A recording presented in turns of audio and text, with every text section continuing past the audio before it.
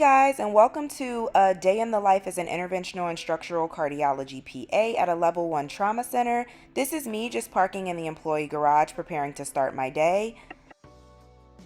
We do have a Starbucks at our hospital, and I do not get Starbucks often, but some days when I anticipate that it's going to be a rough day, I will treat myself. And if you have not yet tried that ube coconut shaken espresso, you need to get it. Now I am walking to the main hospital where the cath lab is. That is where the majority of my work is done. It's a very far walk. It's a really big hospital.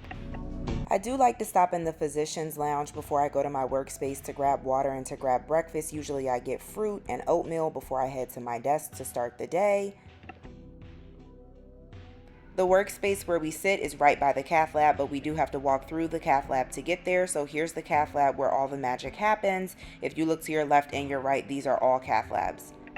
Our workstation is conveniently located next to the window that overlooks one of the helo pads, and this is helpful because they do fly a lot of our STEMIs in, and they also fly other traumas in and other high acuity patients in. As I mentioned, this is a level 1 trauma center.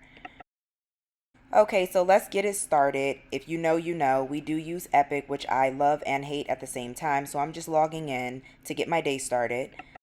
Happy Wednesday, guys. So it is Wednesday. I do interventional and structural cardiology. So every day we do interventional procedures. We do cardiac catheterizations. We do aspirations or thrombectomies for pulmonary emboli. We do angiovac for endocarditis, all the things.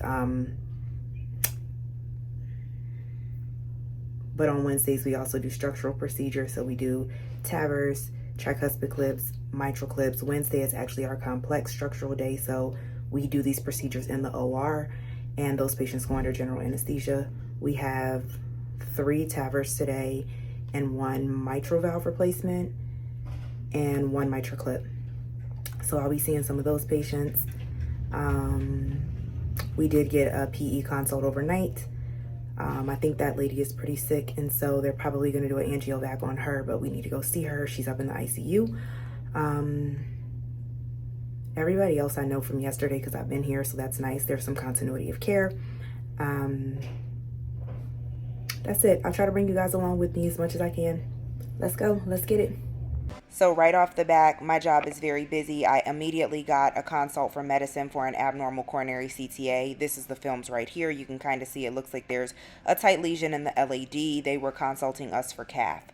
So I'm going downstairs to see the patient, and the patient did ultimately agree to go to the cath lab. And so here is the cath lab. This is where all the magic happens. There's the control room. This is the actual cath lab. These are a lot of the stents and materials and balloons that we use to perform these procedures. Here's the lead that we use to protect our organs when we're in the cath lab. And here's another up close shot of the cath lab table. These are actual cath films. This is just the diagnostic portion of the cath, and so a stent has not been placed yet, but I thought this was interesting to capture just so you can get an idea of what's happening. When patients have blockages in their arteries and they need stents placed to open them up, this is what we are doing in the cath lab.